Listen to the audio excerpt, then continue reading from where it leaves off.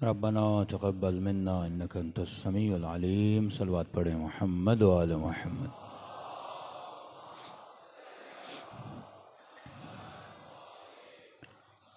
बिस्मिल्लाहिर्रहमानिर्रहीम। अल्हम्दुलिल्लाहि रब्बिल आलमीन। अल्हम्दुलिल्लाहि कमा हुवा अहलो। अस्सलातु वस्सलामु अला सय्यदिल मुरसलीन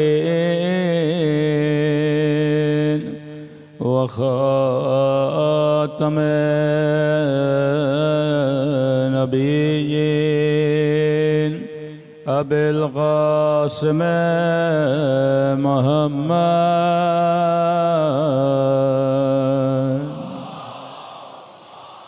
सल्लल्लाहु व अला आलिहि तय्यबीन अत्ताहिरीन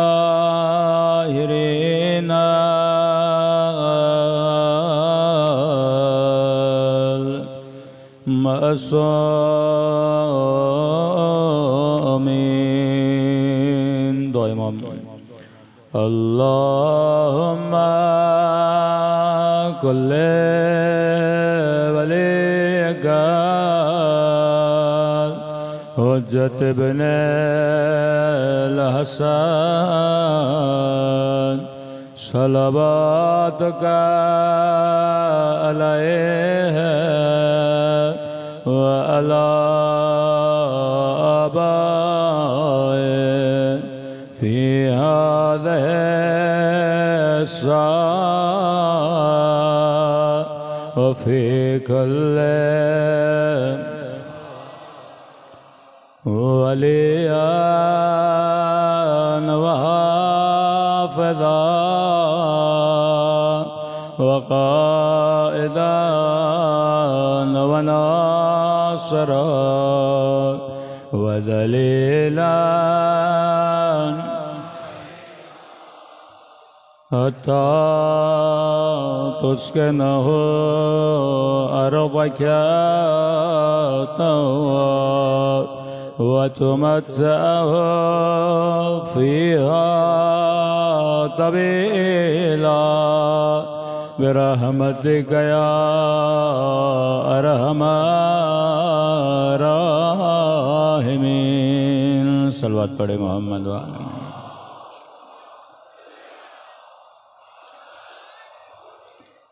बिस्मिल्लाहिर्रहमानिर्रहीम। रब्बिश्रह ली सदरी व यस्सिर ली अमरी वहलुल उक़दतम मिन लिसानी यफ़क़हू क़ौली। अम्मा बअद फ़क़द क़ाल सुब्हानहू व तआला इहदिनस सिरातल मुस्तक़ीम। सलवात पढ़े मोहम्मद व आले मोहम्मद।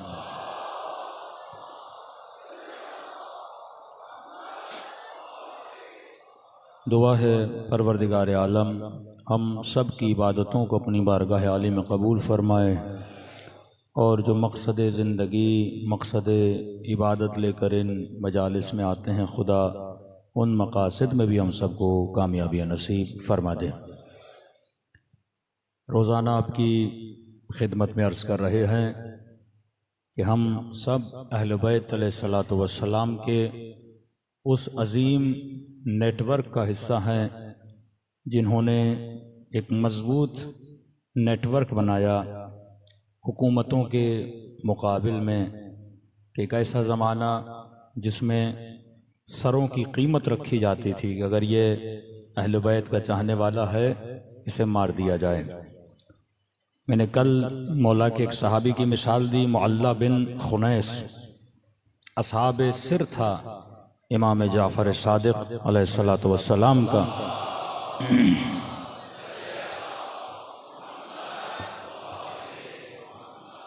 कि जिसको असहाब सिर उसे बोलते हैं कि जिनके साथ अहले बैत अपनी इमामत के पावर का इजहार करते थे, वो असहाब सिर होते थे।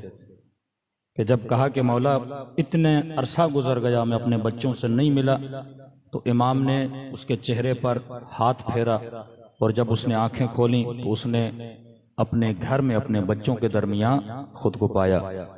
जब बच्चों से मिल लिया तो फिर इमाम ने उसके चेहरे पे हाथ फेरा, वो वापस खुद को मदीने में इसने पाया। लेकिन मासूम इसकी शहादत के बाद फरमाते हैं कि हमारा बेहतरीन सहाबी था, लेकिन इसकी एक कमज़ोरी थी। ये कमज़ोरी फरमाया नहीं होनी चाहिए, क्योंकि जिस ज़माने में अहले बैत रहते थे उस ज़माने में ये कमज़ोरी शियान अहले बैत को नुकसान दे सकती थी। मौला कौन सी कमज़ोरी फरमाई? हमारे असरार को, अहादीस को जो इसके सीने में था वो कभी कभी लोगों के सामने जाहिर करता था, और कहा कि उसी अमल की वजह से ये मकाम शहादत पर पहुंचा। कि इसकी शहादत के बाद जो दूसरा इमाम ने अपना नुमाइंदा बनाया, शेख मुफीद कहते हैं कि वो 40 साल तक, यानी ता ज़माने इमाम मूसा काजिम और इमाम के बाद इमाम रज़ा के ज़माने तक भी वो इमाम का वकील रहा।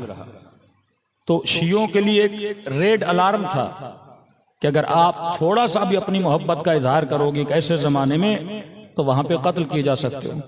तो इमाम ने फरमाया हम जो दुश्मन की जंग को बर्दाश्त कर लेंगे, लेकिन हमारा चाहने वाला अगर राज को फाश करेगा तो हमारा पूरा नेटवर्क क्या हो जाएगा? खराब हो जाएगा।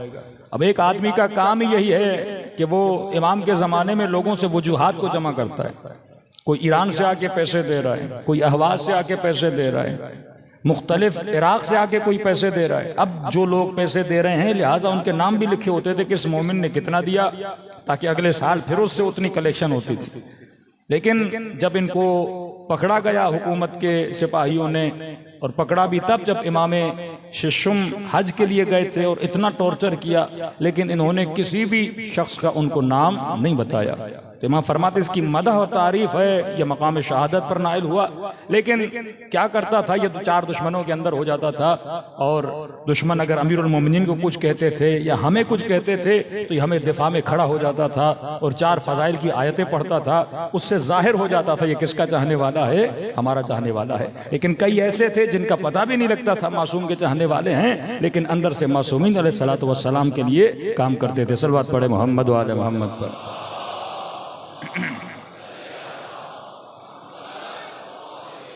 अब चंद नाम आपके सामने आज लूंगा, उसके बाद फिर मासूम के एक फरमान है उसकी तफसील में जाना चाहूंगा। कि अजीब है कि तकरीबन 18 से 20 मासूम ने वकील रखे, और 18 से 20 वकीलों का जो काम था वो एक था कि आप एक को वकील बनाते हो, कोई इंजीनियर हो, किसी को वकील बनाते हो मसलन कोई दुकान में कपड़ा बेचता हो। लेकिन 19 के 19 इमाम के जो ये वकील थे या असहाब थे, सबका जो बिजनेस था वो एक था। मसलन पहला जनाब मुअल्ला खुनैस जो शहीद हो गए, अब्दुर्रहमान ये भी सर्राफ का, सर्राफ मतलब इनका मार्केट में एक्सचेंज की दुकान थी, यानी सारा काम पैसे की लेन देन इनकी होती थी। नसर इब्न कामूस जो इसके बाद बने, उनका काम भी क्या था? एक्सचेंज का काम था। इस्माइल इब्न इमरान इनका काम भी एक्सचेंज का। जाफर इब्न हयान इनका काम भी सर्राफ का। यूनुस इब्न अम्मार इनका काम भी एक्सचेंज का काम था। खारिजा इब्न मोहम्मद इनका काम भी एक्सचेंज का। अब्दुर्रहमान सुलेमान इनका काम भी एक्सचेंज का। हसन इब्न अली इनका काम भी एक्सचेंज का। अली इब्न हकम, जनाब जुबैर, मोहम्मद इब्न अली, मूसा ताक इनका काम भी क्या था? एक्सचेंज का। मतलब जितने पैसे आते थे इनके पास, और इमाम ने उनको वकील बनाया था जो काम ही किसका करते थे? एक्सचेंज का करते थे।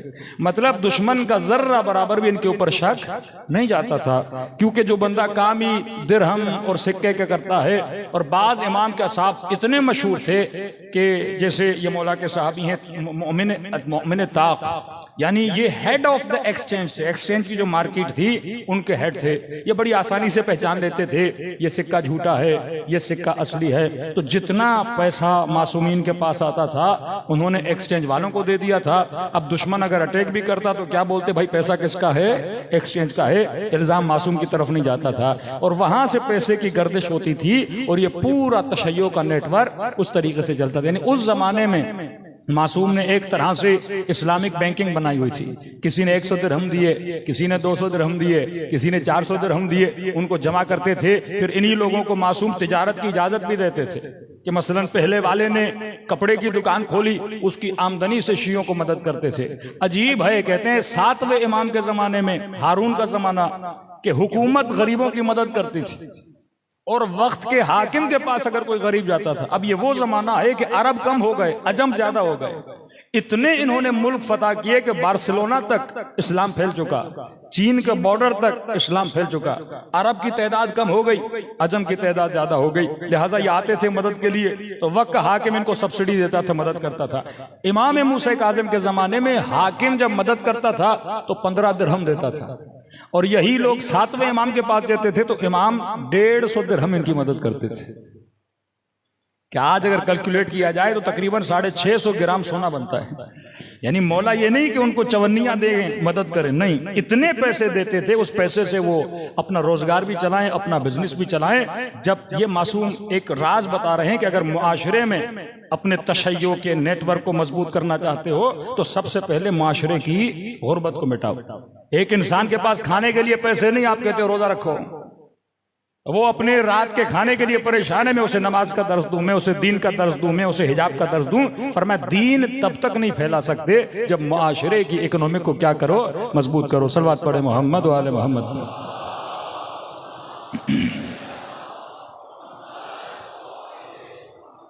कौन से मुआशरे मजबूत होते हैं? मासूमीन ने एक मजबूत तरीन सिफत रखी अपने असहाब में। ये बरमला हुकूमत अगर कोई गलती करती थी हुक्मरानों को टोकते थे। जैसे हम आज अपनी सियासत में बोलते हैं प्रेशर ग्रुप। अपने असहाब के जरिए से आपके छठे इमाम ने प्रेशर ग्रुप बनाया। या हाकिम गलती करता था और जिसने कत्ल किया इमाम के सहाबी को, इतना प्रेशर था आपके छठे इमाम का कि हाकिम को उसको किसास करना पड़ा। इतना प्रेशर था आले रसूल का कि मामून को, इमाम रजा को अपना वली अहद बनाना पड़ा। इस कदर उम्मत में अहले बैत अलैहिस्सलातु वस्सलाम ने अपना प्रेशर बनाया था। अब एक तरफ वो नजरिया जो कहे कि हुक्मरानों को अमर बिल मारूफ करने की जरूरत नहीं है, एक नजरिया अहले बैत अलैहिस्सलातु वस्सलाम का कि आप बगैर अमर बिल मारूफ, यानी जब तक, यही पाकिस्तान है, अगर बुराई के खिलाफ आप एक प्रेशर ग्रुप नहीं बनाओगे, एक हाकिम अगर उम्मत से नहीं डरेगा कि कल मैंने फिस्क व फुजूर किया, ये लोग मेरे खिलाफ उठेंगे और आवाज बुलंद करेंगे, कल इस मुल्क में मैंने बेहयाई को आम किया, ये प्रेशर ग्रुप होता है ना। हाकिम अल्लाह से डरे न डरे, क्योंकि उसने हुकूमत पे रहना है तो उसको किसका खौफ होना चाहिए? कम से कम अवाम का खौफ होना चाहिए।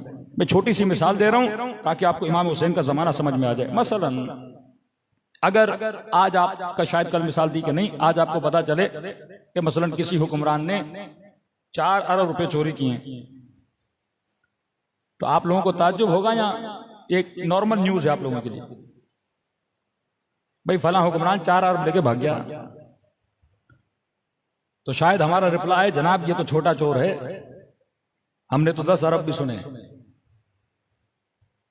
आप सुनो कि मसलन कोयटा में बम ब्लास्ट हुआ और 40 लोग उस बम ब्लास्ट में मर गए। क्या ये शॉकिंग न्यूज है आपके लिए या एक नॉर्मल न्यूज है आपके लिए? कि मोटरवे पे मसलन किसी खातून का रेप हो गया, क्या ये शॉकिंग न्यूज है आपके लिए कि एक मुसलमान मुल्क में रेप हो जाता है? एक मुसलमान हाकिम इतना पैसा लूट के जाता है, कोई अफसर रिटायरमेंट के बाद इतने जजीरे खरीद लेता है, क्या ये आपके लिए शॉकिंग न्यूज है? नहीं, ये फासिक मुआशरे की निशानी है कि जिस मुआशरे में गुनाह आम हो जाए, मतलब मेंटली लोग एक चीज को एक्सेप्ट कर लें कि 4 अरब का चोरी होना कोई बड़ी बात नहीं, 5 अरब का चोरी होना कोई बड़ी बात नहीं। कौन सी कौमें खुददार होती हैं, कौन सी कौमें इज्जत वाली होती हैं? कि मौलाना पाकिस्तानी पासपोर्ट की कैसे इज्जत होगी जब हाकिम खुददार नहीं? जब कौमें नेशनलिस्ट ना हो, एक कौम कब नेशनलिस्ट बनती है? जो अपने कल्चर को बचाती है, जो अपनी तहजीब को बचाती है, जैसे हम कहते हैं सिविलाइज्ड कौमें। लेकिन जो मेंटली वेस्टर्नाइज हों, जो मेंटली गुलाम हो, कि आपके एक्स प्राइम मिनिस्टर की एक अच्छी आदत थी, वो जहां भी जाता था अपना लिबास पहन के जाता था। ये खुददार कौमों की निशानी है कि जो अपने कल्चर को, अपने लिबास को क्या करते हैं? प्रमोट करते हैं। आप शख्सियात को, एक्टर्स को, सेलिब्रिटीज को पहचान सकते हो। अगर उनकी सोच को पहचानना चाहते हो तो मासूम फरमाते हैं इंसान अपने लिबास से पहचाना जाता है। उसका लिबास बताएगा कि ये किसको फॉलो करता है। और फरमाया कि हमारे अदुव का कभी लिबास ना पहना करो। जो चीज दुश्मन की पहचान है वो तुम्हारी नहीं होनी चाहिए। कि हमारे हाजिर वजीर आजम ने, जब निगरान दौर में वजीर आजम थे और आज वजीर आजम है, इन्होंने एक ही शलवार कमीज सिलवाया है, वो भी नीले रंग का। मैंने सिर्फ वही देखा है। वो भी बहालत मजबूरी, कभी कभी बेचारे पहन लेते हैं, वरना ज्यादातर लगाव किसके साथ है? वो उसी शलवार। क्योंकि कौम का जो वजीर आजम होता है वो कौमों का फेस होता है। आप इंडिया को देख लीजिए, मोदी को देख लीजिए, जहां जाता है वो अपना लिबास पहन के जाता है। लिबास जब मतलब ये खुददार कौम है, मतलब ये अपने कल्चर को प्रमोट करने वाली कौम है। क्यों फरमाया अन्नासु अला दीन मुलूकिहिम, लोग किसके दीन पर होते हैं? अपने हुक्मरानों के दीन पर होते हैं। वजीर, वज़रा, हुक्मरान वो कौमों का फेस होते हैं। अब यजीद बना हाकिम, the face of the nation, इस्लामी ममालिक का फेस है। जब कौमें छोटे गुनाह को एक्सेप्ट कर लेती हैं तो फिर हुक्मरान बड़ा गुनाह की तरफ अपना कदम बढ़ाते हैं। आपने 1 अरब की चोरी को अगर एक्सेप्ट कर लिया, कल 4 अरब की चोरी को भी एक्सेप्ट करेंगे, परसों 8 अरब की चोरी को भी एक्सेप्ट करेंगे। जब पहला जुल्म मदीने में हुआ तो मदीने वाले खामोश रहे। फिर दूसरा जुल्म हुआ, असहाब रसूल कत्ल हुए, खामोश रहे। फिर तीसरा जुल्म हुआ, नवासे रसूल के बदन पे तीर लगाए गए, इमाम हसन, माशरा खामोश रहा। फिर जंग में मौला हसन के कदमों से मुसल्ला खींचा गया, माशरा खामोश रहा। तब जाके करबला आती है। करबला एक नॉर्मल वाकया नहीं है शियों के लिए, स्टडी करना चाहिए भाई, क्यों हुआ वाकया करबला, असबाब कौन से थे, आलात कौन से थे। फसाद एक दिन में नहीं होता, किसी मुल्क में इनकलाब एक दिन में नहीं होता कि लोग समझे खुमैनी साहब ने बस निकले और कौम निकली और ईरान में इनकलाब आ गया। नहीं मेरे अजीज, शहीद सफवी, शहीद मदनी, शहीद मेहराब, दस्तगायब जैसे लोग, ये मेहनतें थी आगे शिराजी बुजुर्ग। कौमों की मेंटली तरबियत की जाके कौम तैयार हुई। पहले इस पे आमादा करो कि लोग गलत को गलत बोलें, लोग सही को सही बोलें। जिस कौम के अंदर ये चीज मिक्स हो जाए कि उनको सही गलत लगने लगे या सिर्फ खामोश हो जाए कि ज़ियारत आशूरा मौला समिअत बिज़ालिक फरज़ियत बिह, जो कत्ल हुसैन में शामिल नहीं थे लेकिन सुना कि इमाम हुसैन शहीद हो गए और खामोश रहे, मौला फरमाते उस पर भी अल्लाह की क्या है? लानत है। जो जुल्म सुने और जुल्म के ऊपर क्या रहे? खामोश रहे। उस जमाने में भी थिंक टैंक थे जो पॉलिसीज बनाते थे। आज भी आपके यहाँ पॉलिसीज बनती हैं। वो मुल्क खुददार होता है जो अपनी तहजीब को, अपने तमद्दुन को बढ़ाता है। हमारे कोर्टों से एक फैसला आता है कि भाई आज के बाद जितने फैसले होंगे वो उर्दू में होंगे, लेकिन जो ये फैसला दिया वो इंग्लिश में। जिनकी जबानें, जिनकी अपनी लैंग्वेज, जिनका अपना अल्फाबेट खत्म हो जाए, कि मतलब हम इतनी तरक्की कर जाएं लेकिन हम अपने अल्फाबेट में नहीं लिख सकते। जहां पे खुदखाही, मन्नियत इतनी बढ़ जाए कि मुझे उर्दू नहीं बोलना आती, लिहाजा मैं हलफनामा भी लूंगा तो किस में लूंगा? इंग्लिश में लूंगा। यानी अपनी आसानी के लिए पूरी कौम का क्या करूं? सत्यानाश कर दूं। जब कौमें मेंटली गुलाम हो जाती हैं, मुआशरे इमाम हुसैन मेंटली गुलाम था। जिस मुआशरे में गलत को गलत बोलने की तवानाई नहीं थी, वो कभी गलत को गलत नहीं बोल सकते थे। अब इमाम ने फरमाया ये मुआशरा मुर्दा है। अब इस मुआशरे में अगर कोई बंदा नेकी को बुलंद करता है, ये जिहाद कर रहा है। कि मैंने मिसाल दी आपके कराची के किसी MNA साहब की कि जिन्होंने जीती हुई सीट अपनी क्या कर दी? छोड़ दी। ये एक तरह का जिहाद है कि आप एक मुआशरे में अच्छे मैनर्स, आप एक मुआशरे में अच्छी रविश, आप अपने मुआशरे में ईमानदारी का एक अच्छा रोल मॉडल क्या कर रहे हो? बना रहे हो। ऐसे अफराद की अहले बैत ने अपने जमाने में क्या की है, तारीफ की है, जो जुल्म के खिलाफ क्या करते थे, आवाज को बुलंद करते थे, जो जुल्म के मुकाबले में खड़े हो जाते थे। फरमाया ये माशरे की नब्ज को चेक किया करो, अगर इन्हें आदत हो गई झूठ बोलने की। अब मौलाना हम इसी माशरे में रहते, हम क्या करें? भाई आप अपने घर के अंदर ये इस्लाह करो कि बच्चा अगर छोटी गलती कर रहा है उसे वहीं पे टोको। ये ना कहो कि मौलाना ये बच्चा है, इसने गलती की तो क्या हुआ, नहीं, आज ये छोटी गलती करेगा, कल ये बड़ी गलती करेगा। कोई खातून ये ना बोले कि मौलाना अगर मेरे 4 बाल नजर आ गए तो कौन सी क़यामत आ जाती है। नहीं मेरे अजीज, शैतान कम से शुरू करता है और ज्यादा तक इंसान को ले जाके गुमराह करता है। सलवात पढ़े मोहम्मद वाले मोहम्मद।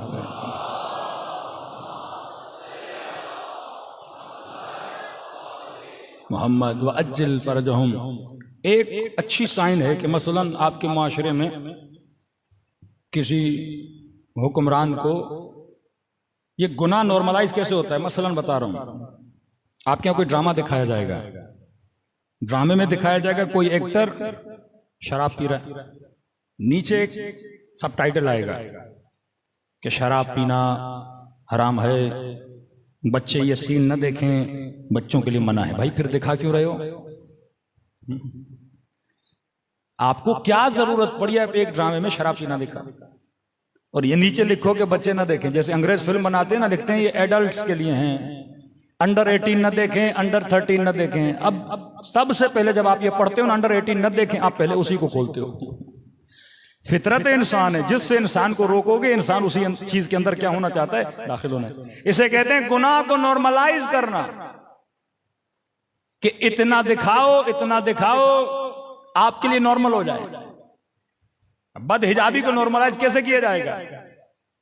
क्या आपके यहां लक्स अवार्ड होता है? इस पूरे अवार्ड को मैनेज कौन करता है? Western mindset. भाई पाकिस्तान में एक अवार्ड हो रहा है तो आप पाकिस्तानी लिबास पहनाओ ना, आप अपने कल्चर को प्रमोट करो ना। हमारे घरों में खवातीन वो कपड़े नहीं पहनती जो कपड़े वहां की एक्ट्रेसेस को पहना के लाया जाता है, ताकि मुआशरे में बेहयाई को क्या किया जाए, नॉर्मलाइज किया जाए, ताकि आपकी आंखों को आदत हो जाए गुनाह को देखने की। जब आंखें आदी हो गई फिर आपके घर में अगर कोई ऐसा वाकया होगा, आंखों को आदत होगी, आप उस कदर गैरत का मुजाहिरा नहीं करोगे जितना पहले करते थे। तभी फरमाए आंखों को गुनाहों से बचाओ, कानों को गुनाहों से बचाओ। क्यों फरमाए अन्नासु अला दीन मुलूकिहिम, ये हुक्मरान है जो लोगों का दीन बनाते हैं। ये यजीद है जो लोगों को कातिल इमाम हुसैन बना रहा है, ये यजीद है जो लोगों को दुश्मन इमाम हुसैन बना रहा है। हाकिम को अगर खौफ नहीं होगा अवाम से कि भाई कल लोग मुझे टोकेंगे, आज बिजली चली जाए लोग निकलते हैं, लेकिन आपने देखा कभी कोई अपने दीन के लिए निकले, कभी कोई अपने ईमान के लिए निकले? आज सिर्फ फिक्र यह है कि मौलाना बच्चे ने फलां स्कूल में जाना है, वहां पे एजुकेशन बहुत अच्छी है, इंग्लिश बहुत अच्छी पढ़ाई जाती है, बच्चा ए लेवल कर रहा है, बच्चा ओ लेवल कर रहा है, लेकिन वो मासूम का फरामीन। ये नेटवर्क ऑफ अहलुल बैत अलैहिस्सलातु वस्सलाम कि अपने बच्चों को गलत महफिलों में न भेजा करो। फरमाया गलत दोस्त इंसान को तबाह बर्बाद कर देता है। ये क्वेश्चन मुझसे यूरोप में बाज वालिदैन करते थे कि मौलाना बेटी 14 साल की हो गई, हिजाब छोड़ दिया बेटी ने। अब ठीक है, वहां का बाप तो मजबूर है, न बीवी पर कंट्रोल है न बच्चों पर कंट्रोल है। लेकिन हैरत हुई, इस साल मुझे पाकिस्तान से किसी पोश इलाके से फोन आया कि मौलाना बेटी ने ए लेवल कर लिया, अब मुझसे बहस कर रही है कि बाबा मैं हिजाब नहीं करना चाहता।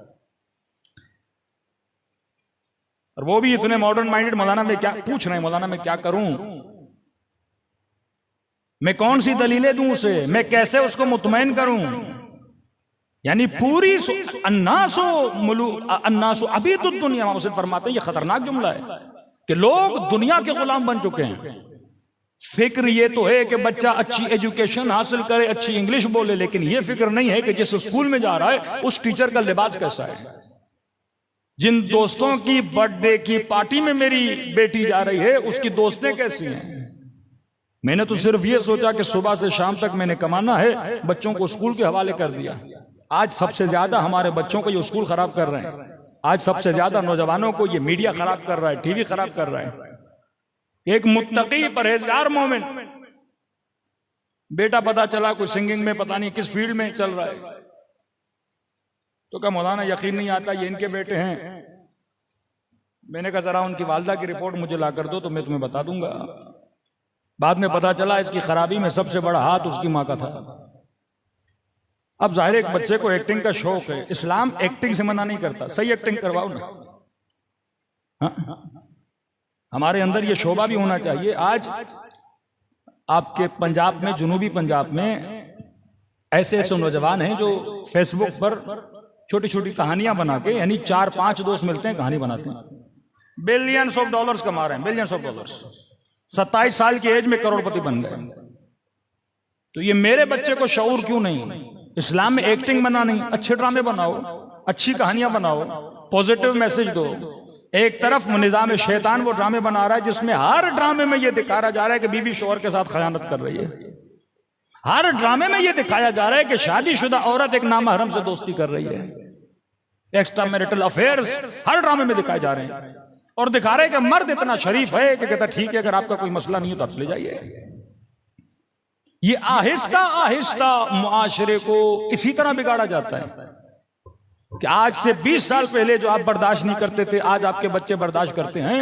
ये मुआशरे में फिस्क व फुजूर इसी तरह बैठता है। अब जिस तरह बुराई आहिस्ता आहिस्ता फैलती है, इसी तरह अच्छाई भी आहिस्ता आहिस्ता फैलती है।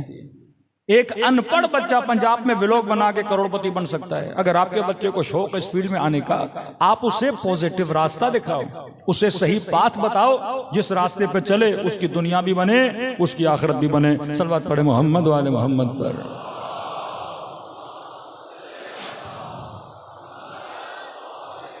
हमारी नस्लों ने जनाब मुख्तार को पहचाना फिल्म इंडस्ट्री से। हमारे बच्चों ने अमीरुल मोमिनीन की फिल्म देखी तो पता चला वलीद कौन था, फलां कौन था, फलां कौन था। इमाम रजा की हिस्ट्री का पता चला फिल्म से। जनाब यूसुफ की जिंदगी का पता चला फिल्म से, क्योंकि इंसान को तस्वीरें याद रह जाती हैं। और दुश्मन ने इसको हाईजैक किया, पूरी फिल्म इंडस्ट्री दुश्मन के पास है। आज फिल्म बनाना कोई बड़ी बात नहीं है। एक मोबाइल आपके पास हो, एक माइक आपके पास हो, आप व्यूअरशिप भी ले सकते हो, दुनिया भी बना सकते हो, अपनी आखिरत भी बना सकते हो। लेकिन इंसान के अंदर वो जिद्दियत होनी चाहिए। मासूमीन किस जमाने में किस तरह काम करना है, यह मासूमीन अलैहिस्सलातु वस्सलाम को पता होता था। कई ऐसे मासूमीन का साहब जिनको ड्यूटी दी, आपका काम है मुनाजरा करना। किसी को कहा तुम्हारा काम है फिक़ी मसाइल को हल करना। किसी को कहा यहां से चले जाओ, अहवाज में जाके क्या करो, तबलीग करो। यही इमाम रज़ा, कितना अच्छा सिनेरियो बनाया इमाम रज़ा ने कि डॉक्टर शरीयतें कहते हैं कि अमीरुल मोमिनीन का होना ही बाज लोगों के लिए मुश्किल का बाइस था, क्योंकि अहले बैत इतने अच्छे थे तो लोग हाकिमों को कंपेयर करते थे अहले बैत से कि अगर अली इतना आदिल है, आप आदिल क्यों नहीं हो? अगर अली के पास इतना इल्म है तो आपके पास इनका वजूद इनके लिए खतरे का बाइस बना हुआ था। जिस तरह आज शियत का वजूद बाज लोगों के लिए खतरे का बाइस बना हुआ है कि भाई इन्होंने हमें तंग करके रखा है। सारे मुसलमान चुप हैं, लुबनानी चुप नहीं होते। सारी उम्मत खामोश है इसराइल के मामले में, ईरान बार बार क्यों बोलता है? सारी उम्मत खामोश है, ये यमन वाले खामोश क्यों नहीं होते? यानी एक तरफ सुकूत कामिल और एक तरफ बसीरत कामिल, तो आपका वजूद उनको खटक रहा है। इसी तरह अमीरुल मोमिनीन का वजूद खटकता था, लोग कंपेयर करते थे। 7वें इमाम के जमाने वजूद खटकता था, यहां तक कि उनको फौजी छावनियों तक महदूद कर दिया ताकि लोगों की इनकी मुलाकात न हो। यहां तक कि मासूम को आप मस्जिद में भी नहीं जा सकते, क्योंकि लोग आपकी नमाज देखते हैं, फिर हमें कहते हैं आप नमाज क्यों नहीं पढ़ते। तो मुआशरे में किसी अच्छे गुरु का होना, किसी अच्छे लोगों का होना, वो मुल्ज़म करता है उन बदकारों को कि लोग बोलें कि जब ये अच्छा हो सकता है तो आप अच्छे क्यों नहीं हो सकते। सल्लल्लाहु पढ़े मोहम्मद वाले मोहम्मद पर। और ये नहीं कि मासूमी ने सिर्फ अपने जमाने में, बाज़ औक़ात तय्युल अर्ज़ करके अपने शियों की मदद करते थे कि ये उलझने जब पैदा हुई, मराजे के हवाले से मैंने एक किस्सा जिक्र किया। शेख अब्बास क़ुम्मी अपनी मफातिह जनान में लिखते हैं कि एक इस्फहान का ताजिर, देखिए मासूम तायद किस तरह फरमाते हैं कि आज अगर मैं इस नेटवर्क को मजबूत करना चाहता हूं माली मदद के जरिए, खुम्स देके, तो मुझे शक है कि पता नहीं ये इमाम ज़माना तक पहुंचता है कि नहीं पहुंचता। कि अल्लाह कहता है ना, तुम जो बकरे ज़बा करते हो उसका गोश्त मुझ तक नहीं पहुंचता, लेकिन तुम्हारी नीयत मुझ तक पहुंच जाती है। तो ये इस्फहान का ताजिर कहता है कि मैं अपना खुम्स लेके नजफ गया, तो नजफ में कुछ मराजे थे, मैंने उनको दिया। एक को मैंने मसलन 1 लाख रुपया लेगा, एक को मैंने 30,000 दिया। बसरा गया, वहां पे एक और मर्जा था, मैंने उसे 30,000 और दे दिए। काजमैन गया, वहां पे एक और मर्जा थे, मैंने 40,000 उनको दे दिए। काजमैन गया, मैंने ज़ियारत की इमाम मूसा काजिम की। फिर सामिरा गया, मैंने ज़ियारत की इमामैन हुमामैन की। कहता अब जब वापसी पे पलट रहा था, शब जुमा थी, तो वापसी के रास्ते पे मेरी मुलाकात एक सैयद बुजुर्गवार से हुई। बड़ा नूरानी चेहरा, सैयद वाला लिबास। तो उन्होंने मेरा नाम लेके कहा कि फलानी कहाँ जा रहे हो। तो मैंने कहा मैंने ज़ियारत कर ली, अब लंबा सफर है, मैंने वापस ईरान जाना है। तो कहा देखो आज शब जुमा है, और शब जुमा मेरे जद की ज़ियारत करने का बहुत बड़ा सवाब है। अब ये क्या समझ रहा है, कोई सैयद है तो ये सवाब मत गवाओ, ज़ियारत करो फिर जाओ। तो मैंने कहा ठीक है सैयद बुजुर्ग, अगर आप कहते हैं मैं आपके साथ, आप भी जा रहे हैं, हमें भी जा रहा हूं, हरम शब जुमा है, मेरे जद की ज़ियारत करो। कहते हैं हम के साथ चलने लगे। कहते हैं रास्ते में एक जमीन का प्लॉट था, वो किसी सैयद का था। वक्त के हाकिम ने उस प्लॉट पे रोड बनाया, कब्जा करके किसी सैयद के घर पे रोड बना दिया। हमारे मराजे का फतवा था कि क्योंकि ये मकान गस्बी है तो शिया इस जमीन से न गुजरे, क्योंकि गस्ब हो चुका है। तो जैसे वो प्लॉट आया तो मैंने उस प्लॉट से दूरी इख्तियार की। तो इन्होंने कहा कि दूर क्यों जा रहे हो। मैंने कहा मराजे का फतवा है, यहां से नहीं गुजरना। का फतवा सही है, लेकिन क्योंकि ये हमारा ही प्लॉट है, लिहाजा हम तुझे इजाजत देते हैं कि यहां से गुजरो। कहते अब भी मुझे बात समझ में नहीं आई। पहुंचे हरम में, मुझे कहा कौन सी ज़ियारतें पढ़ते हो। मैंने कहा मौला ये पढ़ता हूँ, सैयद ये पढ़ता हूँ, वो पढ़ता हूँ। उन्होंने कहा ज़ियारत अमीनुल्लाह पढ़ो, इस ज़ियारत की बड़ी फजीलत है। तो कहा मैं पढ़ता हूँ, मेरे साथ पढ़ो। कहते मैंने ज़ियारत अमीनुल्लाह पढ़ना शुरू की। लेकिन जब सलाम देते हैं ना 12 इमामों को, मेरा सलाम हो अली पर, मेरा सलाम हो हसन पर, मेरा सलाम हो हुसैन पर, कहते हैं जब 12वें पर वो आते थे तो ये नहीं कहते थे मेरा सलाम हो महदी पर, कहते थे मेरा सलाम हो मुझ पर। अब भी मैं नहीं समझा। फिर कहा कि ज़ियारत जामे कबीरा पढ़ी है। मैंने कहा जी, कहा इसकी बहुत फजीलत है, इसमें फज़ाइल अहले बैत अलैहिस्सलातु वस्सलाम है। फिर उन्होंने ज़ियारत जामिया कबीरा पढ़ी, फिर मैंने उनके साथ ज़ियारत जामिया कबीरा पढ़ी, और फिर जब सलाम की बारी आती थी ये खुद पे सलाम करते थे। कि अब भी समझ में नहीं आया। नमाज पढ़ी हमने, नमाज पढ़ने के बाद जब वापसी पे चले, अब मुझसे पूछने लगे इस्फहान से आए हो। मैंने कहा जी, इस्फहान में फला आलिम है, मुबल्लिग हैं, उन्हें जाकर हमारा सलाम देना। फला काम करते हो? कहा जी, अल्लाह तुम्हारे रिज़्क़ में क्या अता करे, बरकत अता करे। कहा कि आपका बहुत शुक्रिया कि आपने खुम्स अदा किया, और आपने जिन जिन को दिया आपकी अमानत हम तक पहुंच गई। और कहा ये थोड़ा सा जो तुम्हारे पास बाकी है, बसरे जाना, फला आलिम है, उसे देकर आना। अब कहता है मैं रास्ते में चल ही रहा हूं। अब कहते हैं ना जिन जिन की भी इमाम से मुलाकात हुई, उस वक्त जहन को इजाजत नहीं होती थी सोचने की कि सोचे सामने कौन है। कहते अब जब मैं सोचने लगा वाकई ये कौन है, मेरा नाम कैसे पता, मैं किस शहर से हूं, उस शहर में कौन सा आलिम है, मैंने किन किन को खुम्स दिया है, कैसे पता। कहते यहां मैंने सर उठाया तो मेरी निगाहों के सामने से इमाम जमाना ओझल हो चुके थे। अल्लाहुम्मा सल्ली अला मुहम्मद। ये असहाब अहले बैत अलैहिस्सलातु वस्सलाम जिनके अकीदों को तबलीग के जरिए से अहले बैत ने इतना मजबूत किया कि जनाब सईद इब्न जुबैर का वाक़या आप सबने सुना होगा कि हज्जाज इब्न यूसुफ ने इनका गला काट दिया, लेकिन चेहरे से मुस्कुराहट नहीं गई, क्योंकि इसका अकीदा क्या था, मजबूत था। आज एक जवान जब तंगदस हो जाता है, क्या हमारे इमाम ज़माना पर अकीदा इतना मजबूत है? क्या हम जब बेराह रवी पे जाते हैं अल्लाह पे इतना भरोसा मजबूत है? ईरान का एक ड्राइवर जो कहता है मैं ट्रक चलाता था, पहले जमाने में मशहद में बर्फबारी बहुत शदीद होती थी। कह रहे मशहद से ट्रक चला के मैं तेहरान की तरफ जाना चाहता था, तो शदीद रास्ते में बर्फबारी हुई। इतनी बर्फबारी के जो गाड़ी के वाइपर थे वो भी काम करना तकरीबन छोड़ गए। मैंने अपने ट्रक को साइड पे लगाया और मैंने सोचा कि जब बर्फ थम जाएगी उसके बाद मैं रास्ते पर आगे बढ़ूंगा।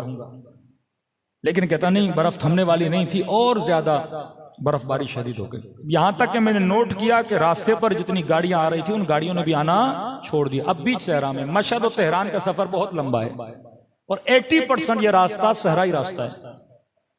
कहते मैंने कहा कोई बात नहीं, अभी भी कॉन्फिडेंस था कि कुछ भी नहीं होगा, बर्फबारी थम जाएगी। मैंने गाड़ी को बंद नहीं किया, कहीं ऐसा ना हो कि इंजन ठंडा पड़ जाए फिर इंजन स्टार्ट ना हो।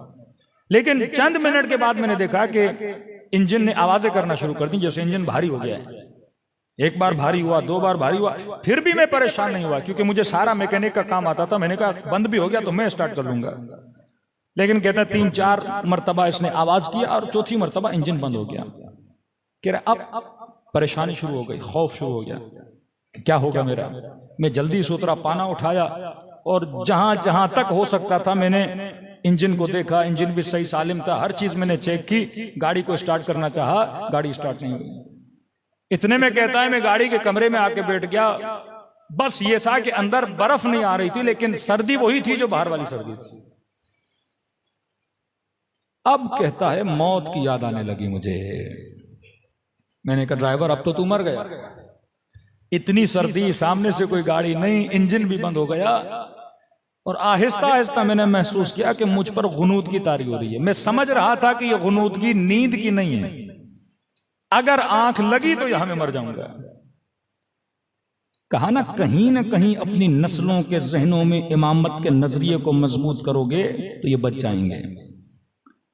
कहते अचानक किसी मजलिस में किसी मौलाना का जुमला सुना था कि शियो हम वो हैं जिनका इमाम जिंदा है। तो कहते हैं मैंने 3 मरतबा ज़बान से जुमला का, या साहिब ज़मान अदरिकनी, मौला मेरी मदद को आइए, मौला मेरी मदद को आइए। कह रहा जब ये कह रहा था तो शायद हमारे बरादर ये सवाल करें कि इसने या अल्लाह मदद क्यों नहीं बोला। कहता है मैंने ये नहीं बोला या अल्लाह मेरी मदद कर, मैंने कहा या साहिब ज़मान अदरिकनी। खुद ही कहता है, कहता मुझे शर्म आ रही थी कि मैं अल्लाह से मदद मांगूंगा। किस बात पे? कहता एक तो मैं नमाज का पाबंद नहीं था, दूसरा ये मेरे अंदर एक गुनाह है कबीरा की बीमारी थी। तो अल्लाह भी तो बोलेगा ना, अब जब मुश्किल में आए हो तो अभी मेरा नाम ले रहे हो। तो मैंने कहा इमाम जमाना की आबरू है अल्लाह के दरबार में। तो इमाम से तवस्सुल किया कि मौला मैं बहुत गुनहगार हूं, आपसे तवस्सुल कर रहा हूं कि अल्लाह के दरबार में वसीला बन जाएं ताकि मेरे ऊपर कोई रहमत आ जाए। और मैंने वादा किया कि आज के बाद नमाज की पाबंदी करूंगा और वो गुनाह जो मैं मिंबर से बता नहीं सकता, जो बहुत कभी गुनाह की आदत थी इसे, उस गुनाह को मैं क्या करूंगा, तर्क कर दूंगा। क्या तो ऐसे ही अपने ख्यालों में सोच रहा था क्या होगा, बच्चों का क्या होगा, मर जाऊंगा क्या होगा, छोटी बच्ची थी मेरी उसका क्या होगा। इंसान जब मौत को देखता है तो यही ख्यालात उसके जहन में आते हैं। कहता इतने मैंने देखा उस शदीद बर्फबारी में एक शख्स आ रहा है और हाथ में पाना है। कहता मैंने ये समझा कि आगे किसी की गाड़ी खराब हुई है और वो मदद मांगने के लिए आ रहा है। तो मैंने अपना शीशा नीचे किया, मैंने कहा जी आप यहां पे क्या कर रहे हैं? उन्होंने कहा आप क्यों खड़े? मैंने कहा मेरी गाड़ी खराब हो गई है। कहा ठीक है मैं आपकी गाड़ी को देखता हूं। मैंने कहा मैं खुद मैकेनिक हूं, सब कुछ देख लिया। कहा नहीं हम भी थोड़ा देख लेते हैं, जब मैं कहूं तो स्टार्ट लगाना। कहते हैं वल्लाह मैंने नोट किया कि जब उसने इंजन के ऊपर सिर्फ उसने अपने हाथ रखे, यहां तक कि उसने कोई पाना वाना भी नहीं लगाया, नहीं, सिर्फ उसने हाथ रखे और मुझे कहा कि क्या करो, स्टार्ट करो। कहते यहां मैंने स्टार्ट किया, मेरी गाड़ी क्या हो गई, स्टार्ट हो गई। वो पलट के वापस आए, लेकिन मैंने कहा कि देखिए ये गाड़ी पहले भी स्टार्ट थी, बंद हो गई, इसके स्टार्ट होने का फायदा क्या? ये फिर 10 किलोमीटर आगे जाऊंगा फिर बंद हो जाएगी। उन्होंने कहा नहीं अब बंद नहीं होगी, ये तुझे अपने मकसद तक पहुंचा कर रहेगी ये गाड़ी।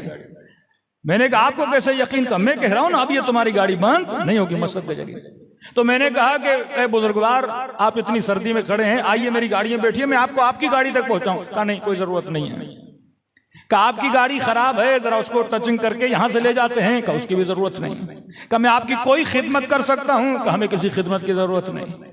कहा उस वक्त मेरे जेब में पैसे बहुत थे, ड्राइवर था।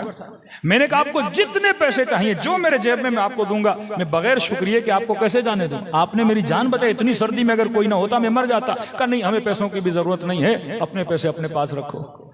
मैंने कहा कुछ तो करूं मैं आपके लिए, बताइए मैं क्या कर सकता हूं आपके लिए, आपने जान बचाई है मेरी। का कुछ नहीं, बस जो दो वादे किए हैं ना मुझसे उन वादों पे अमल करो। का बस ये कहना था, वो मेरी आंखों से ओझल हो गए। ये ड्राइवर कहता है मैं गाड़ी से उतरा, कभी इधर दौड़ूं कभी उधर दौड़ूं, कभी गाड़ी के पीछे जाऊं, लेकिन मुझे नजर नहीं आते। कहते हैं गाड़ी स्टार्ट की, वहां से लेकर घर तक मेरे आंसू नहीं रुके कि मैं कितना बदबख्त था। मेरा इमाम जमाना खड़ा था, लेकिन मैंने अपने इमाम जमाना को पहचाना नहीं। कहता देर रात को घर पहुंचा, अपने बच्चों को सुफरे पे बिठाया, बीवी को सुफरे पे बिठाया, और मैंने कहा है मेरी ज़ौजा, ऐ मेरे बच्चों, आज के बाद जिंदगी गुजारने का तरीका मैं बदलने वाला हूं। आज के बाद नमाज वक्त पे पढ़ेंगे। ज़ौजा को कहा देख आज के बाद अपने हिजाब में सुस्ती न करना। बच्चों को समझाया कि बच्चों ये करना। कब मेरी बीवी इतनी खुश हुई, कहने लगी कि मैं तो कब से चाहती थी तू दीनदार बने, लेकिन तू दीनदार नहीं बनता था, लेकिन ये बता तेरे अंदर तब्दीली कैसे आई। इसने वाकया सुनाया कि इमाम ज़माना मुझे नजर आए थे, मौला ने मेरी जान को बचाया। कहता जब ड्राइवरों के बीच में गया, या अजान का वक्त हुआ, सारे ड्राइवर चले गए खाना खाने, मुझे कहा तू भी चल खाना खा। मैंने कहा नहीं, पहले मैं नमाज पढ़ूंगा, बाद में खाना खाऊंगा। ताज्जुब करने लगे, आज तू बड़ा मुत्तकी बन रहा है, आज तू बड़ा परहेजगार बन रहा है। ताने देने लगे इतने दिन तू क्या करता था, आज कैसे बन गया। क्या ये मेरा कमाल नहीं है, ये फर्जंद ज़हरा का कमाल है। तो कभी कभी इस तरह से जिनके अकीदे बातिन में मजबूत होते हैं, अहले बैत ज्यादा अकीदों को मजबूत कराने के लिए अपनी ज़ियारतें करवाते हैं। सलवात पढ़े मोहम्मद व आले मोहम्मद।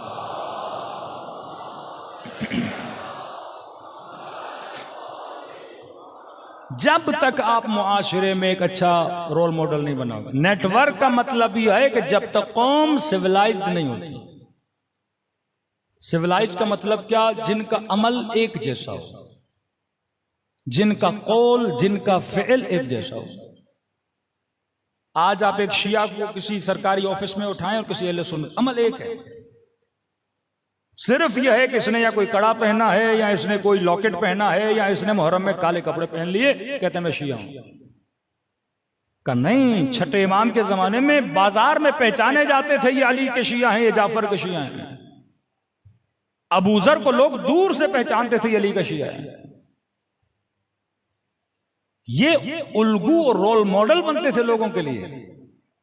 जब तक हम इस नेटवर्क में रोल मॉडल नहीं बनते। आज आप अपने नूहे खानों को देखा है कि जितनी भी नूहों की वीडियोस आती हैं, वो उसमें क्लिप किसके डालते हैं, ईरानियों के डालते हैं, इराकियों के डालते हैं।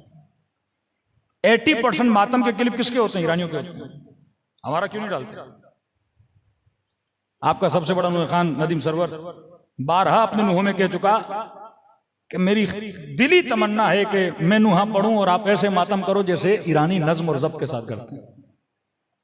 मतलब अभी तक वो नज्म हमारे अंदर पैदा नहीं हो सका कि बासिम करबलाई जब हरम इमाम हुसैन में नुहा पड़ता है, लाखों का मजमा होता है और उसके नुहे पे एक साथ हाथ ऊपर जाता है, एक साथ हाथ नीचे आता है। ये किसका कमाल है कि आज हमारा सबसे बड़ा नुहे खान तमन्ना कर रहा है कि मेरी कौम ऐसी हो, लेकिन बना नहीं सका उस कौम को वैसा। हमारे सारे नुहों की रिकॉर्डिंग स्टूडियो में होती है, लेकिन आप करीमी देखें, मोहम्मद रसूली देखें, वो भी रिकॉर्डिंग हुसैनियों में करते हैं, इमाम बारगाहों में करते हैं, रिकॉर्डेड होते हैं नुहे, लेकिन आपको महसूस नहीं होता रिकॉर्डेड है। क्यों? क्योंकि वो अपनी अंजुमन को बुलाते हैं, वही नुहा पढ़ते हैं, लेकिन वो नज्म आपको नजर आता है। हमारे अभी तक वो नज्म पैदा नहीं हो सका। अगर कोई नुहे खानी करता है, सारे कोई कैमरा लेता है, कोई क्या करता है, एक अजीब सा माहौल होता है। जब तक आजादारी को कल्चर नहीं, लोग अट्रैक्ट कैसे होंगे? जब आप में नज्म होते हैं तो दुनिया देखती है 10 लाख लोग खड़े एक साथ हाथ उठा रहे हैं, एक साथ हाथ सीने पे आ रहा है, और एक बंदा इनका हाथ उठवा रहा है और हाथ सीने पे ला रहा है। इनके नूहे खान में इतना पावर है कि एक आवाज देते हैं मुख्तदा सदर, पूरा मजमा खामोश। लाखों का मजमा, यानी जब आगा रहबर तकरीर करते हैं मिलियंस का मजमा होता है, लेकिन सुकूत कामिल, शऊर कामिल। कौम बनती है जब उनकी हरकत, उनकी सकनात में क्या आ जाता है, सुकून आ जाता है। ये सोशल मीडिया के जमाने की कुछ पॉजिटिव चीजें, कुछ नेगेटिव चीजें भी हैं। पहले लोग बशीर टेक्सला, आयतुल्लाह बशीर के जमाने में, आगा नक्कन के जमाने में, पिछले उलमा, पुराना दौर देखें, आज से तकरीबन 24 साल पहले इसी इमाम बारगाह में अपने उस्ताद के साथ में 2001 में 13-14 साल हमारी एज थी। उस जमाने में लोग ये पूछते थे कि फलां अशरे का टॉपिक क्या है, फलां खतीब क्या पढ़ रहा है, फलां खतीब क्या पढ़ रहा है। लेकिन आज वो माहौल नहीं है। आज तबर्रुज जाहिली का माहौल आ चुका है। मजमा कितना है, गाड़ियां कितनी हैं, प्रोटोकॉल कितना है। यार इल्म होना चाहिए कि आप किसी मजलिस में जा रहे हो, क्या ले रहे हो, कौन सी फिक्र ले रहे हो, कौन सा बदलाव आपकी जात में आ रहा है। जब तक मजालिस मेयारी नहीं होंगी तब तक कौमों की कोई तरबियत नहीं होनी। हदीस रसूल फरमाया वला तबर्रजू तबर्रुज जाहिलिया, आखिरी जमाने में बुर्ज बनना छोड़ देना कि सिर्फ मैं देखा जाऊं, कुछ भी करके देखा जाऊं। ये पूरी प्रैंक इंडस्ट्री जो निकली है इसीलिए निकली है कि मेयार खत्म हो गया कि अच्छाई क्या है, बुराई क्या है। जब तक मेयार आप अच्छाई को नहीं बनाओगे, लेकिन अगर मेयार ये बन जाए कि सिर्फ मैंने दिखना है, फरमाया ये कौन सा जमाना है, ये तबर्रुजे जाहिली का जमाना है। मीडिया इंसान को फायदा भी देता है, मीडिया इंसान को नुकसान भी देता है। तो जिन कौमों में नज्म हो, जिन कौमों में जब्त हो, वो कौमें दुनिया के लिए मशअले राह बनती हैं। वाकयान आप देखेंगे हजारों का मजमा होता है, एक नूहे खान उनको कंट्रोल कर रहा होता है। क्यों? क्योंकि अंजुमनों के अंदर ट्रेनिंग्स होती हैं। हमारे यहाँ तो सिर्फ एक मातम होता है ना, वहां 3 तरह के मातम है। स्लो मातम चलता है, मीडियम मातम चलता है, स्पीड के साथ मातम चलता है। और नूहे खान एक जुमला बोलता है, पूरे मजमे को वो जुमला क्या होता है, याद होता है। ये आपके उलमा की मेहनतें हैं कि आज अल्लाहुम्मा कुल्ले वली कल हुज्जत इब्न हसन पढ़ते हैं, पूरा मजमा साथ पढ़ता है। पूरे मजमे से पूछिए कि आपने अल्लाहुम्मा कुल्ले वली कहां सीखी? मजलिसों से आपने सीखा ना। ये सारी तालीमें जब इज्तिमाई तौर पर कौम एक अमल को सीखती है, उस अमल में खुदा बरकत भी लाता है, तरक्की भी लाता है। सलवात पढ़े मोहम्मद व आले मोहम्मद।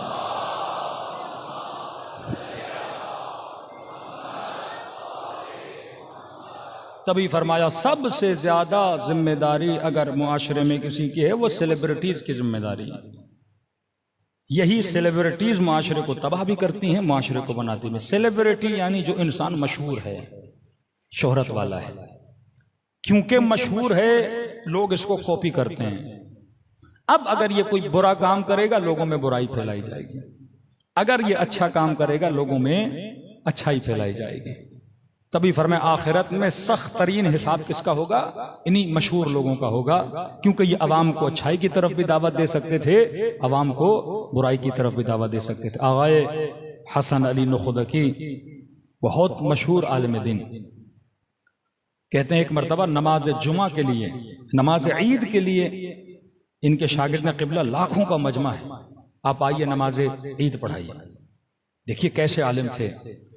आगाए नुखदकी जब घर से निकलते हैं और निगाह लाखों के मजमू पे, यानी एक ऐसा आलिम जिसको देखने के लिए लोग तरसते थे।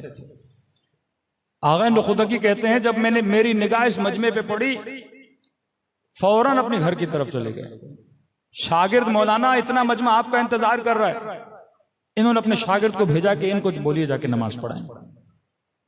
यहां लोग मजमों के लिए तरसते हैं, फोटो निकालने के लिए कि हमारा फोटो आ जाए। कमे नहीं आऊंगा, मिन्नत तमन्ना मौलाना आइए, कमे नहीं आऊंगा। शागिर्द को भेजा, नमाज जुमा हो गई, शाम को सारे मिलकर मौलाना कि हमसे नाराज हैं, क्यों नमाज ईद नहीं पढ़ाई? का अपने नफ्स को मारने के लिए। का क्या मतलब? का जब मैंने निगाह पड़ी ना मजमे पे, तो मेरे जहन में ख्याल आया कि ये सारा मजमा मेरे लिए आया है। कोई खतीब मजमे को देखे और पहला ख्याल है मेरे लिए आया है, हुसैन के लिए नहीं आया। मैंने कहा सारा मजमा मेरे लिए आया है। उसी वक्त मैंने कहा आज अगर नमाज पढ़ी तो मुशरिक हो जाओगे, नफ्स को इतना मजबूत कर लोगे, ये तकब्बुर उज्ब तुम्हारे अंदर आ जाएगा, लोग मेरे लिए आएंगे। मैंने कहा नहीं, आज नहीं पढ़ाऊंगा। आज किसको भेजा? शागिर्द को भेजा। ये है नुखदकी कि इमाम रजा किसी मोमिन के ख्वाब में आते हैं कि मौला मेरी हाजत इमाम फरमाते हैं, नुखुदकी के कब्र पे जाओ और दुआ मांगो, खुदा उसकी खातिर तुम्हारी दुआ को कबूल कर लेगा।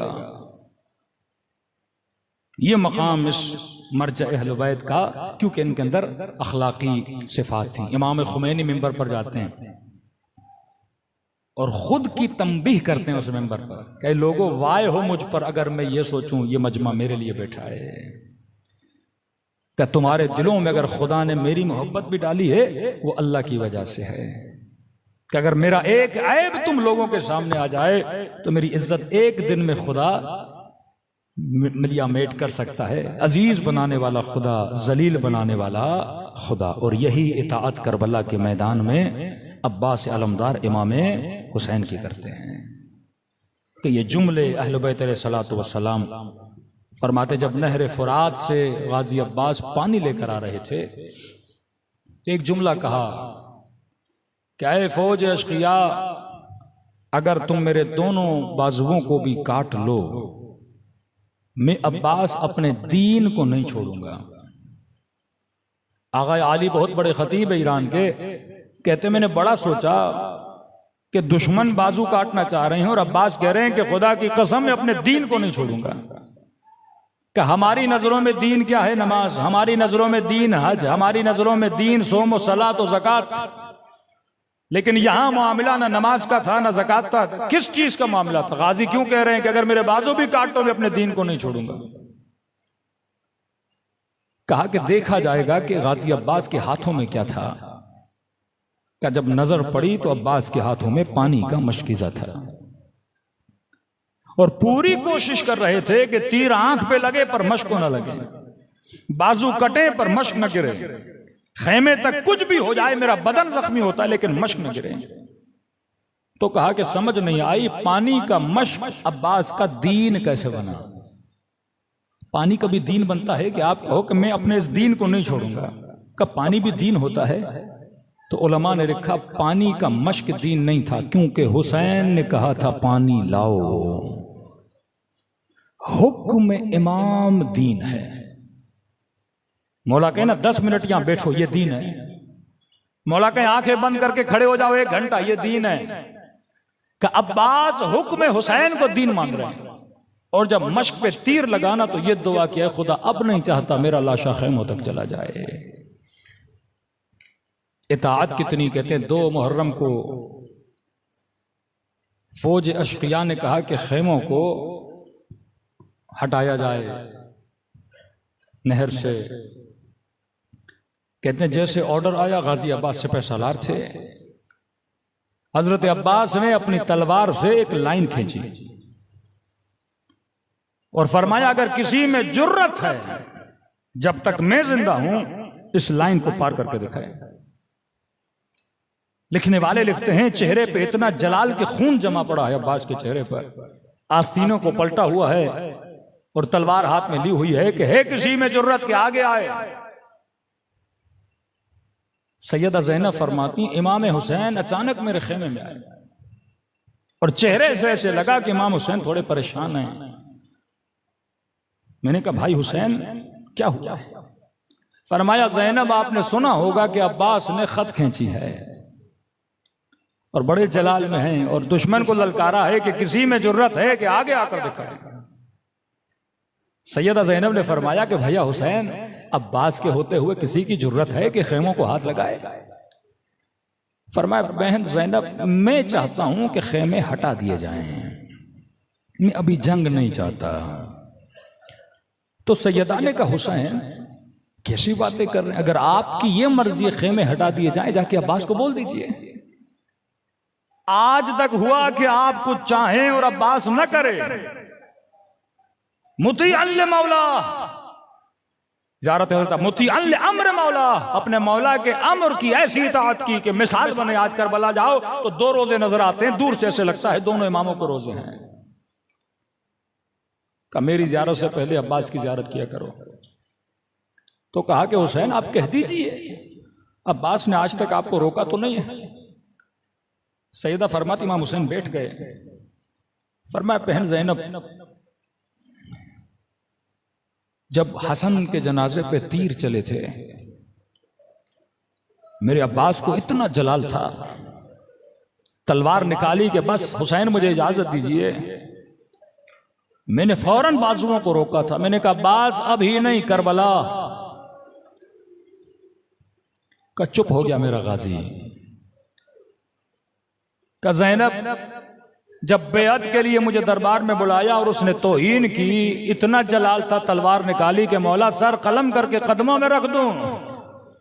मैंने फिर बाजू को रोका। मैंने कहा अब्बास अभी नहीं, करबला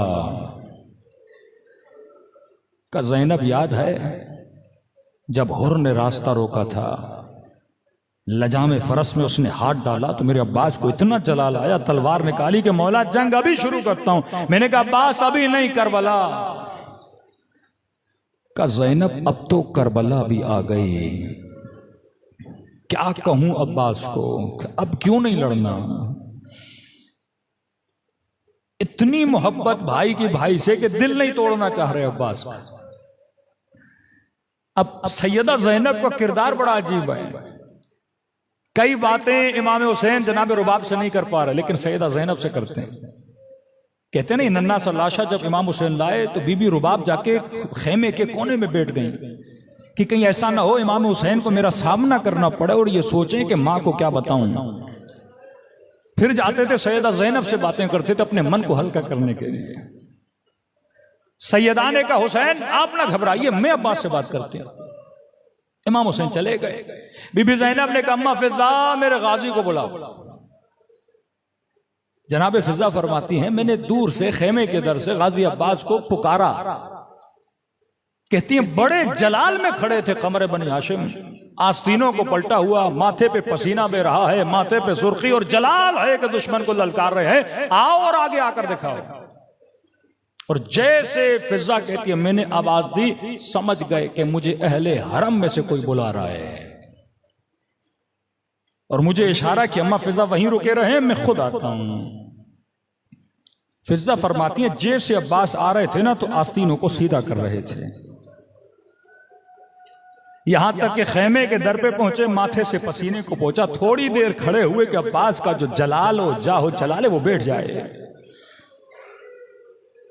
बिल्कुल खेमे के दर पे ऐसे खड़े हुए जैसे छोटा बच्चा अपनी मां के सामने खड़ा होता है।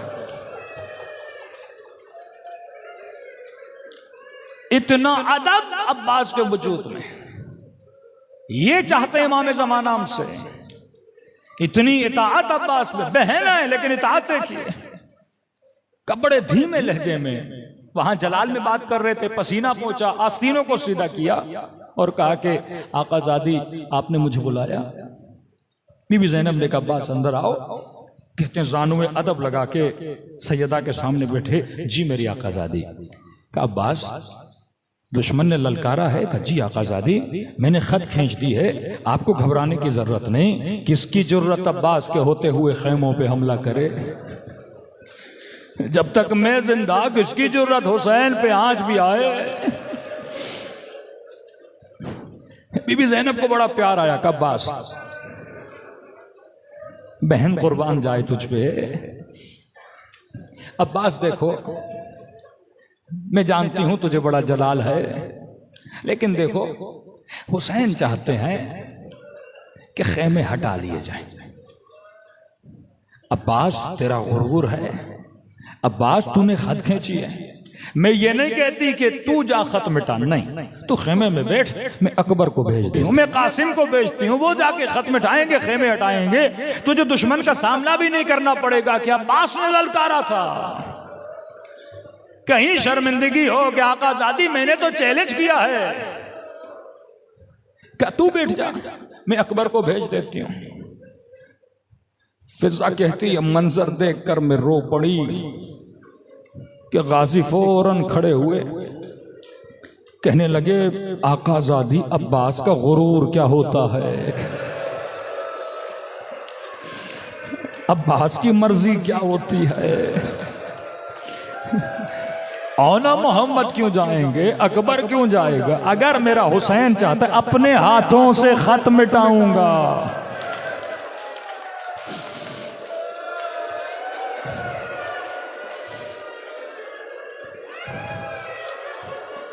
फिजा कहती हैं खुद गए, दुश्मन देख रहा था, हाथों से खत को मिटाया, खेमों को हटाया, कहने लगे मेरे हुसैन की मर्जी है कि खेमे हटा लिए जाएं। ये वाक़या नहीं है, ये इबरत है। जब कोई इस तरह हो इताअत हुसैन में, फिर उनकी शहादत पे हुसैन कहते हैं अल-आन कदिन कसर ज़हरी, आज हुसैन की कमर टूट गई। अरबी में रोने के लिए अलग अलग इबारतें हैं। रावी कहता है जब अकबर के लाशे पे आए तो बकल हुसैन, हुसैन बहुत रोए। कासिम के लाशे पे आए बकल हुसैन, यानी ये वो लाशें हैं जिन पे दुश्मन ने हुसैन का रोना सुना, इतनी बुलंद बुलंद आवाज में रोए। का कासिम के लाशा उठा रहे थे, बहुत रोए। अकबर के लाशे पे आए, बहुत रोए। जॉन वो शहीद है जिसके लाशे पे हुसैन बहुत रोए। लेकिन एक मकाम है जहां ये नहीं कहा कि हुसैन रोए, कहा जब अब्बास के लाशे पर आए तो कहा सरखल हुसैन, हुसैन ने चीखना शुरू किया।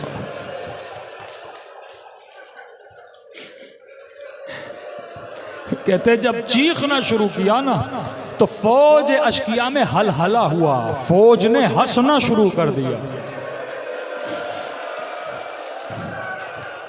कि अब हमने हुसैन को हरा दिया। उस पर रो के कहने लगे अब्बास उठो, ये तेरे हुसैन पे हंस रहे हैं। क्या गुजरी मेरे आका हुसैन पे। ये रात बाबुल हवाइज की रात है, ये रात अब्बास अलमदार की रात है। वाक़यात इतने हैं मेरे पास गाजी अब्बास के, लेकिन वक्त में गुंजाइश नहीं है। मोजज़ात हैं अब्बास अलमदार के। वक्त मिला तो कल शायद एक दो बयान भी कर दूं। दिलों को करबला की तरफ रवाना करें, सलाम करें शहीद करबला पे, सलाम करें मजलूमियत हुसैन पे। कि रावी कहता है जब हसन के जनाजे से तीर निकाल रहे थे ना, भाई के लिए बड़ा मुश्किल होता है भाई के बदन से तीर निकाले। कहते हुसैन बहुत रोए और कहते हैं फिर यही हुसैन था जो हसन के बच्चे के बदन के टुकड़े जमा कर रहे थे। फिर यही हुसैन थे जो अब्बास जैसे भाई के बाजू फिर उठा रहे थे। लेकिन एक वक्त आया सदा देकर कहने लगे ऐन ऐन अखी अब्बास, ऐन अली अकबर, ऐन हबीब इब्न मज़ाहिर। जब तक वो तन्हा रह गए। दिलों को करबला की तरफ रवाना करें, खुलूस से दिल से सलाम करें अपने आका की मजलूबियत। अस्सलाम अला हुसैन व अला अली इब्न व अला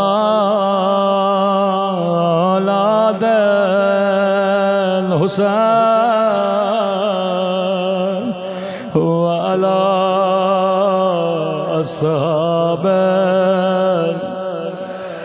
बुलंद आवाज़ से अस्सलाम अला।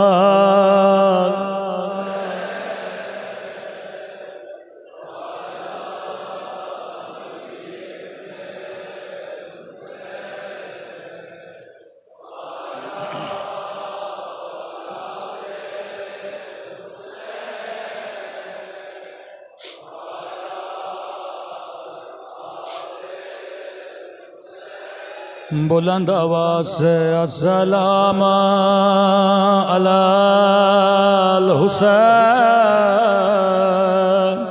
व अला अली इब्न व अला औलाद व अला अस्हाब। आवाज थोड़ी बढ़ा दें सब मिलके। अस्सलाम अला व अला अली इब्न व अला औलाद हुसैन व अला अस्हाब। मेरा सलाम उस दर्द भरे मंजर पे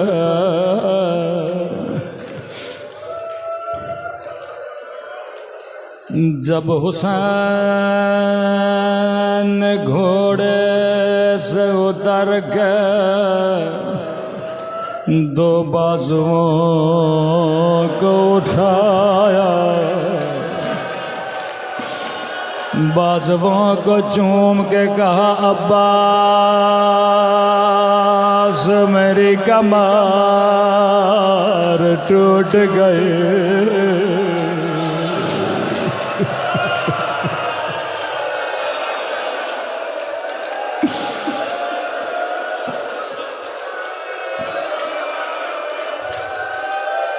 खुदा आपको करबला की ज़ियारत नसीब कराए। खुदा आपको अब्बास की ज़रे दिखलाए। हरम के कुछ खादिम आयतुल्लाह कश्मीरी के पास गए, कहने लगे क़िबला कुछ मजदूरों का बंदोबस्त करें, क्योंकि गाजी अब्बास की कब्र टूट गई है। आगाए कश्मीरी ने कहा मजदूर क्यों भेजूं, मैं खुद आऊँगा। ये मर जाए तकलीद सरदाब अब्बास में गए, जहाँ असल कब्र मौजूद है। सर से अमामा उतारा, अपने पाँवों से जोराबें उतारी, तलबा के साथ मिलके कब्र अब्बास को बनाने लगे। किसी तालिब इल्म ने कहा मौलाना मेरा एक सवाल है, हमने सुना है मिंबरों से कि अब्बास जब घोड़े पे बैठते थे कद इतना बड़ा था कि पाँव ज़मीन पे लगते थे। का ये बताइए जिसका कद इतना बड़ा हो उसकी कब्र बच्चे जितनी क्यों है।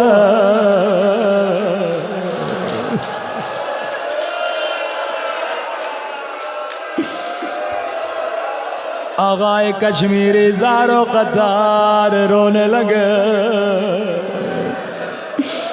कहने लगे तूने कभी सोचा हबीब हुसैन के साथ, अकबर हुसैन के साथ अब्बास नहर फुरात के किनारे क्या कर रहे? का चौथे इमाम जब जनाजा उठाने गए, इरबान इरबान बदन के टुकड़े टुकड़े हो गए थे, अबा के दामन में जमा किया, नन्ही सी कब्र खोदी।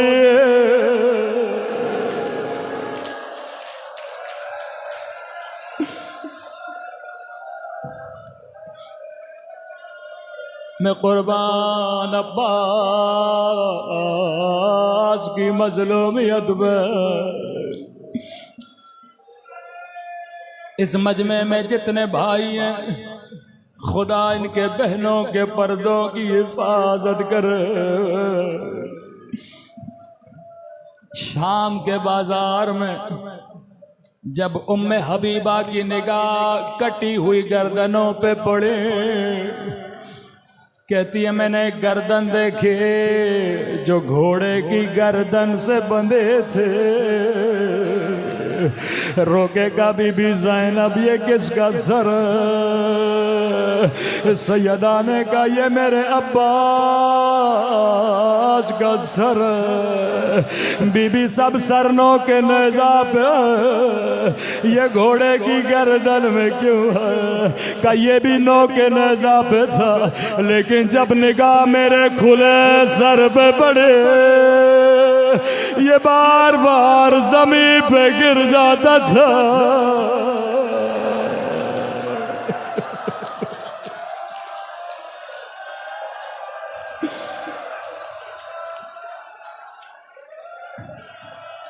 मैं कुर्बान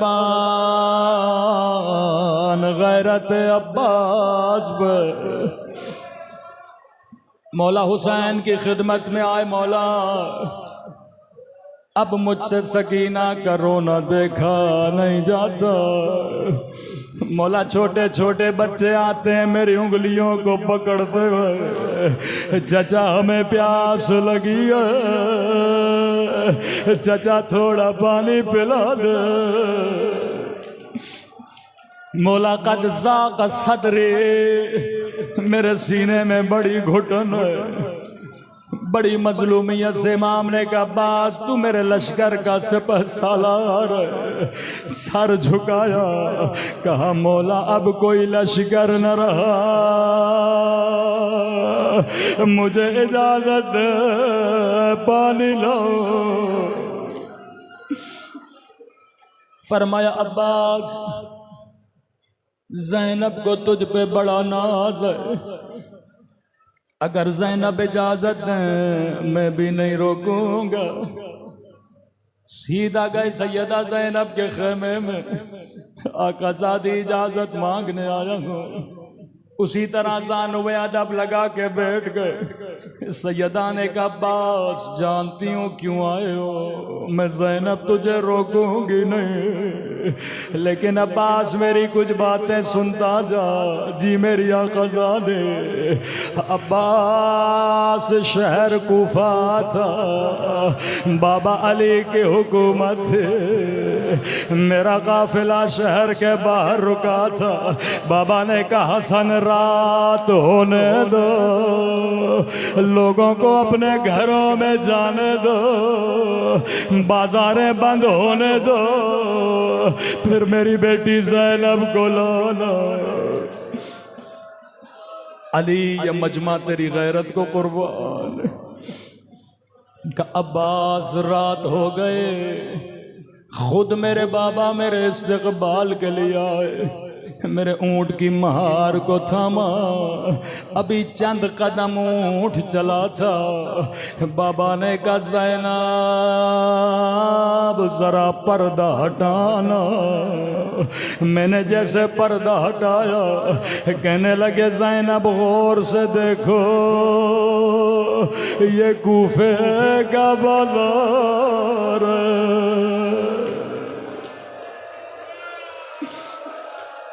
अल्लाह जाने अब्बास ने सुन कैसे लिया। अब्बास में सोच रहे थे बाबा बाजार मुझे क्यों दिखा रहे हैं। फिर सवारी आगे बढ़े, फिर कहा ज़ैनब जरा पर्दा हटाना। कहा ज़ैनब गौर से देखो ये कूफियों के घर हैं। मैं सोचने लगी बाबा मुझे क्यों दिखा रहे हैं। फिर सवारी आगे बढ़े, कहा ज़ैनब जरा पर्दा हटाना। मैंने पर्दा हटाया, कहा ज़ैनब गौर से देखो ये कूफे का चौक। अब्बास मेरी समझ में कुछ भी नहीं आया। मैंने कहा बाबा अगर बाजार दिखाना है हसन को दिखाइए, अगर चौक दिखाना है हुसैन को दिखाइए। बाबा बेटी और बाजार। अब्बास बाबा ने मेरी सवारी बिठाए, कभी मेरी कलाइयों का बोसा लेने लगे, कभी मेरे सर का बोसा लेने लगे। रोके का ज़ैनब यही बाजार होगा। तेरे हाथों में रस्सियां, तेरे सर पे चादर नहीं होगे। अब्बास मेरी समझ में कुछ भी नहीं आया। एक जुमला कहा, बाबा इमाम हो, इल्म गैब जानते हो, लेकिन बाबा ये बताइए, जिस भी बहन का एक भाई हो उसका भी कोई नाम नहीं लेता। बाबा अल्लाह ने मुझे 18 भाई दिए, अल्लाह ने मुझे अब्बास जैसा भाई दिया। ज़ैनब ने कहा अब्बास खड़ा हो जा, दोनों बाहें अब्बास के गले में डाले, रोकेगा खुदा हाफिज अब्बास। अब मैं ज़ैनब समझ गए, मेरे हाथों में रस्सियां, मेरे सर से रिदा, ओ मेरे लुटने का वक्त करीब है। मातम हुसैन।